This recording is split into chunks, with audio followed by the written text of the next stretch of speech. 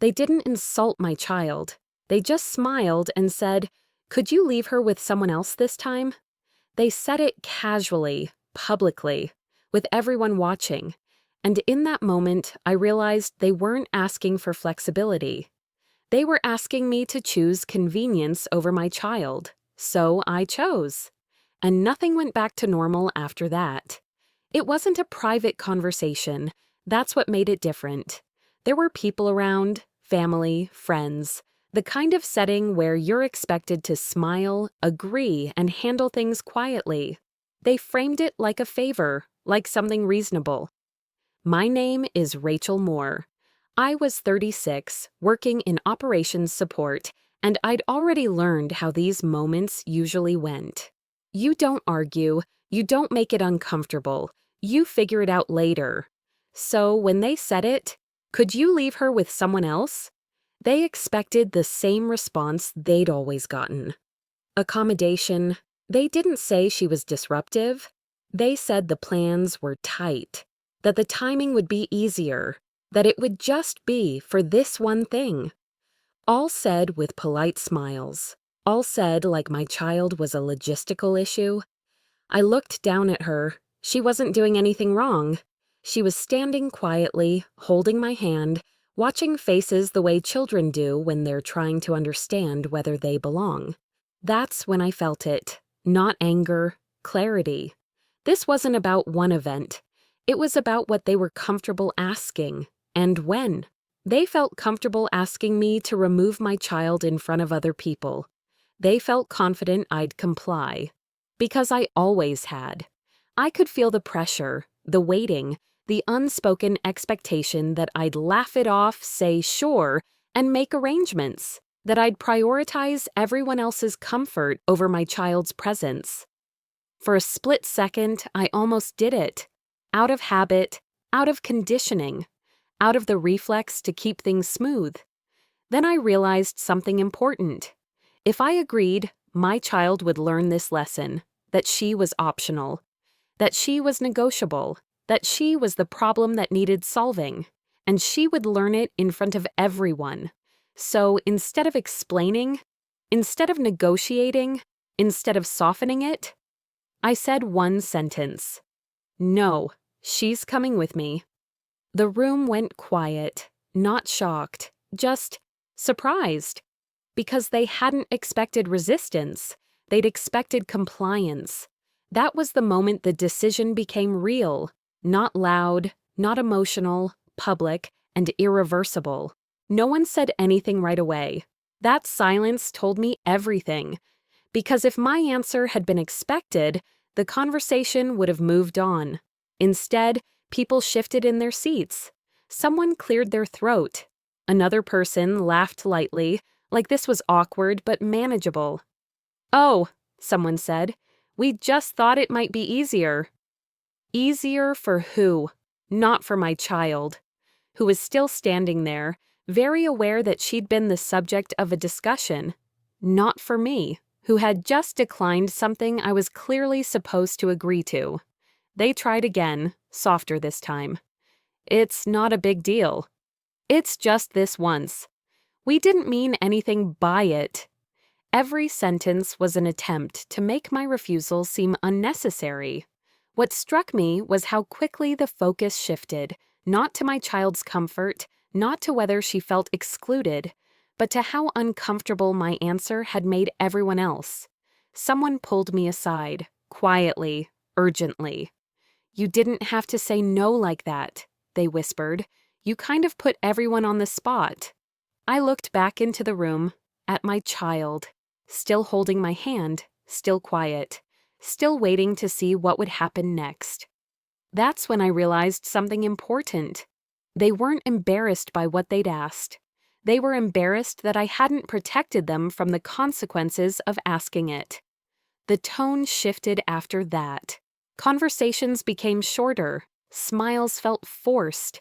People stopped including us in the flow of the event. Not directly, just subtly. My child noticed. She leaned closer to me and whispered, "Are we in trouble?" That question landed heavier than anything else, because she wasn't asking about rules. She was asking about belonging. I knelt down so we were eye level. "No," I said. "You didn't do anything wrong." She nodded, but I could tell she was still processing something bigger. Something about how quickly inclusion can disappear. We didn't stay long after that, not out of anger, out of clarity. I thanked the host, gathered our things, and left without explanation. No announcement, no confrontation, just removal. My phone started buzzing before we even reached the car. "You embarrassed people. You made it awkward. You could have handled that privately." The familiar reframing. The idea that my response was the problem, not the request itself. For a long time, those messages would have pulled me back in. I would have explained, clarified intent, reassured everyone that I hadn't meant to cause tension. This time, I didn't. Because explaining would have taught my child that protecting her should always be done quietly, where no one has to feel uncomfortable. And that wasn't a lesson I was willing to pass on. The fallout didn't come all at once. It came in pieces, small enough to deny, consistent enough to feel. The first thing that changed was the tone. Messages that used to be warm became clipped. Invitations turned vague. Plans were made without details. Or without us. Nothing explicit. Just enough distance to make a point. Someone finally said it out loud. "You really didn't have to make it that uncomfortable." Not what they asked. Not how it felt for my child. Just the discomfort my refusal caused. That's when I understood what they'd expected from me. They didn't expect agreement because they were right. They expected it because I'd always made things easier before. They reframed it quickly. They said I was sensitive, that I was projecting, that my child didn't even notice. They said it like reassurance. But it sounded like permission. Permission to keep doing it. The pressure escalated. A call from a relative asking if I was okay. A suggestion that maybe I was overwhelmed. A reminder that family makes compromises. Every message carried the same implication. If you'd just gone along with it, none of this would have happened. I watched my child closely after that, not because she was upset, because she was quieter. She stayed closer to me in group settings. She stopped volunteering opinions. She waited for cues before speaking, not fear, calculation. That's when I realized the real cost of folding. If I'd said yes that day, if I'd removed her quietly, she would have learned that exclusion happens politely, that it comes wrapped in smiles, that you're supposed to accept it graciously. They invited us again eventually. Different event, different wording. "We'll make it easier this time." I asked one question. Easier for who? There was a pause, then a laugh, like I was being difficult again. That was the moment the decision solidified. Not emotionally, practically. I stopped putting my child in situations where her presence required negotiation. I stopped attending events that needed disclaimers. I stopped explaining why that mattered. They called it distance. They called it stubbornness. They called it dramatic. I called it removal. Because once someone feels comfortable asking you to erase your child for the sake of convenience, especially in front of others, the issue isn't misunderstanding. It's entitlement. The decision they didn't expect wasn't loud. It didn't come with an announcement. It came with fewer appearances, fewer explanations, and eventually, no access at all. I didn't explain myself afterward, not in private messages, not in follow-up calls, not in carefully worded clarifications, because the moment had already happened, and it had happened in front of everyone. They expected me to soften it later, to reassure them that I hadn't meant anything by it, to explain that I understood their perspective, to smooth the discomfort they felt once the room went quiet. I didn't. What changed after that wasn't loud. It was structural. Invitations stopped coming automatically. Plans were made with assumptions that we wouldn't attend. Information arrived late, or not at all. They framed it as distance. I understood it as consequence. My child didn't ask many questions. She didn't need to. What she noticed instead was how different things felt. She wasn't being evaluated. She wasn't being tolerated. She wasn't waiting to see if her presence would cause a problem. She relaxed. And that told me everything.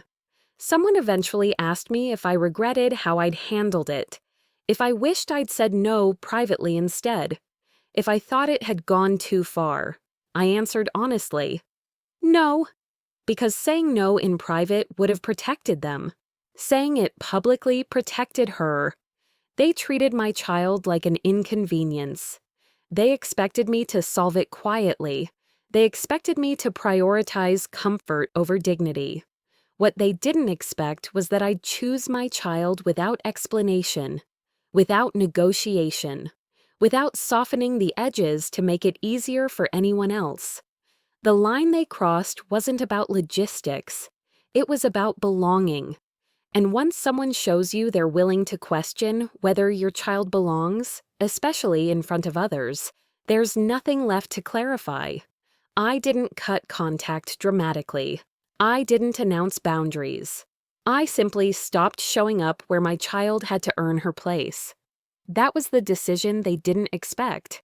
Not loud, not emotional, just final. Because some choices don't need defending.